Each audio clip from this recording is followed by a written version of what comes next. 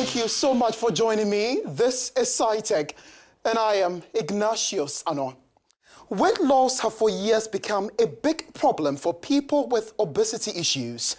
And for those who just desire to stay in shape, it is also a daily struggle. And as you know, it comes with a lot of physical and mental hard work. But if this innovation is anything to go by, it seems there could be not much work needed to lose weight. After all, I'm sure you know that in some cities, driverless cars are being tested and robots may have taken over jobs of bartenders. So, you may not be overly surprised where next the world of tech is taking humanity, right? Did you know that one can lose weight this time round by not adhering to any particular diet or taking pills? Well, by simply wearing a wearable tech headset called modules, this could be possible. To demolish this slum does not mean that they do not need to do that within the confines of the law. With all these staring in the eyes of all, many are demanding more answers. To what extent do we care about the larger interest of people?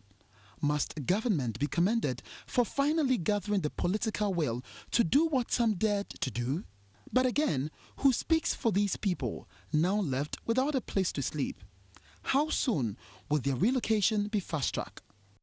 But wait a minute.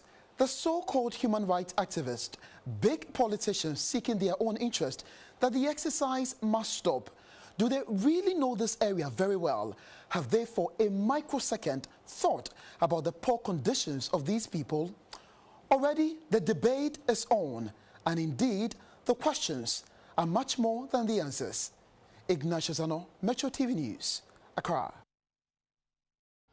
Amma can only make good sales if she leaves her baby behind. I could feel the disappointment through her eyes. She was buried in her thoughts as I trailed her to show me where she passes the night after the day's toil. I followed up 2 days later, September 29. It was 10 p.m. I was struck by the spectacle. Poor mother, sexually abused and abandoned, now left to survive under such harsh conditions. 5 minutes past 10 o'clock in the evening, and this is Kanishi. It's one of the stations at Kanishi, but for Amma and her 11-month-old daughter is their home after these stores have closed for the day.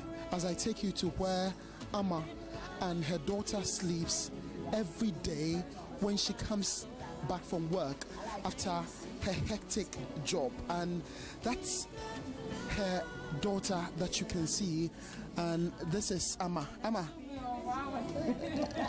it's saying. I tell you, pure man my blow because it's yeah. It's true, baby. It's your Bianca sound, Babotonsa, Betchinsa, Bianca sound, Bablanca.